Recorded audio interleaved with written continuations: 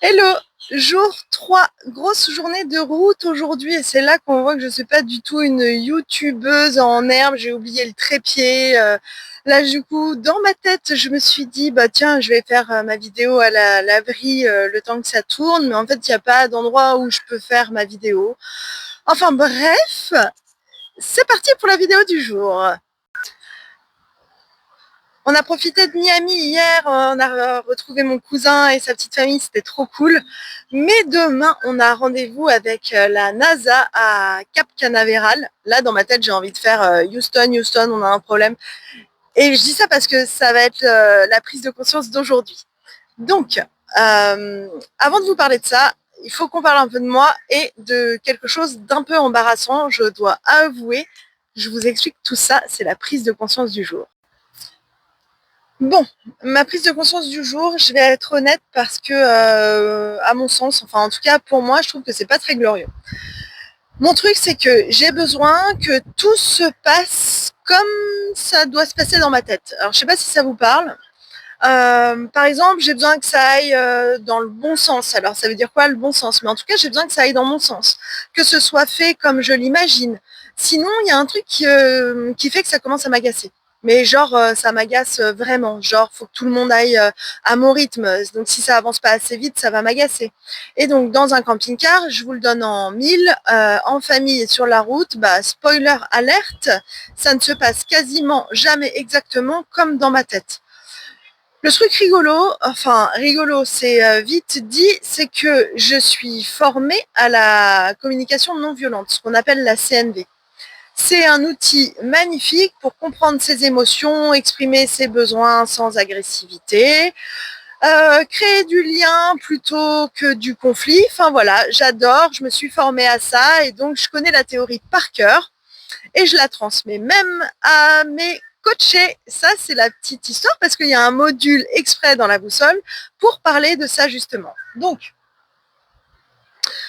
aujourd'hui, pourquoi ça revient bien plus fort que d'habitude, c'est que je lance cette chaîne YouTube, je me suis regardée, j'ai commencé à faire les premiers montages de la chaîne et là je me suis dit mais ça n'a rien à voir avec ce que j'ai dans la tête, je voulais que ce soit comme ci, comme ça, le cadrage il est pas bon, le son on peut pas dire qu'il soit vraiment ouf alors que j'utilise un micro comme celui-ci. Et encore une fois, j'essaye de toujours bien faire comme il faut, ou en tout cas de respecter les codes pour que ce soit fait comme un expert, mais ça rentre pas. Et donc du coup, j'ai demandé aussi à Rudy de m'aider, et je lui ai demandé de me faire les vignettes, je lui ai demandé de faire ma banderole, enfin je sais plus comment on appelle ça, bref, en haut de ma chaîne YouTube. Et au final, il l'a fait et tout. Pardon. Et au final, il l'a fait, mais je trouvais encore à dire que ça allait pas assez vite. Alors qu'en fait, il était en train de le faire.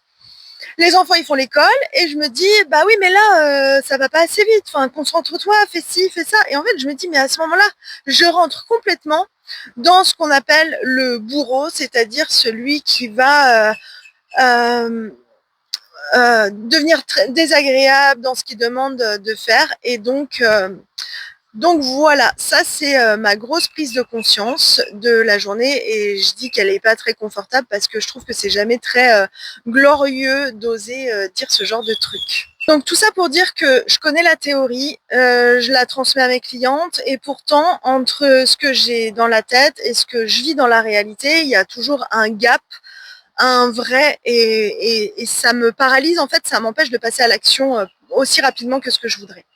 Et ça, c'est quelque chose que je vois tout le temps chez les femmes que j'accompagne aussi. J'ai eu ce sujet-là avec une de mes coachées, pas plus tard que cette semaine, qui me disait, mais oui, mais moi, à la maison, c'est explosif. On fait que de se parler en criant et tout, et ça me fatigue. Donc, on sait ce qu'il faut faire, on sait ce qu'il faudrait faire, on a lu des livres, vu les vidéos, parfois même suivi les formations, mais dans le quotidien, il y a le vif du sujet, le vif sur le moment, une idée, un truc qu'on dit, un truc qui pique, et pof, c'est une autre histoire et ça repart comme on n'avait pas envie que ça aille. Alors pourquoi? Tout simplement parce que la connaissance, ça ne suffit pas.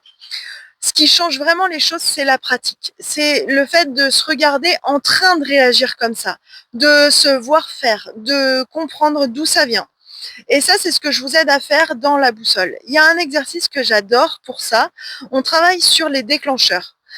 Les déclencheurs, c'est quoi? Ça va être justement les situations, les mots, les comportements qui nous font sortir de nos gonds sans qu'on comprenne vraiment pourquoi. Et moi, c'est ça que je vous aide à faire, c'est repérer ces moments-là.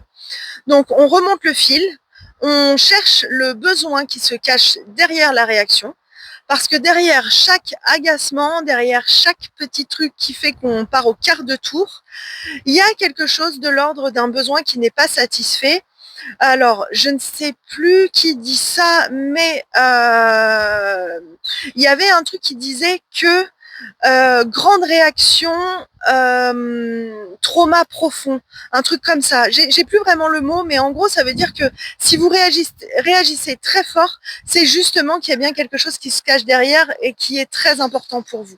Donc, le mien aujourd'hui, c'est le besoin de maîtrise, de contrôle. Et je sais que j'ai toujours besoin de contrôler les choses. Maintenant, de savoir où on va et comment on y va, c'est là où ça change les choses. Et la route, cette fichue route aujourd'hui, elle me remet face à chaque situation. On contrôle pas la météo, on contrôle pas le prix des parkings, on contrôle pas l'humeur des enfants à 14 heures après 4 heures de route. Ce que je peux contrôler, c'est simplement ma réaction. Et ça, du coup, par contre, ça s'apprend. C'est pas en lisant, c'est tout simplement en pratiquant encore et encore, en respirant, en se trompant. C'est observer son agacement sans juger. Alors tout ça pour dire que aujourd'hui, voilà, j'ai observé mon agacement.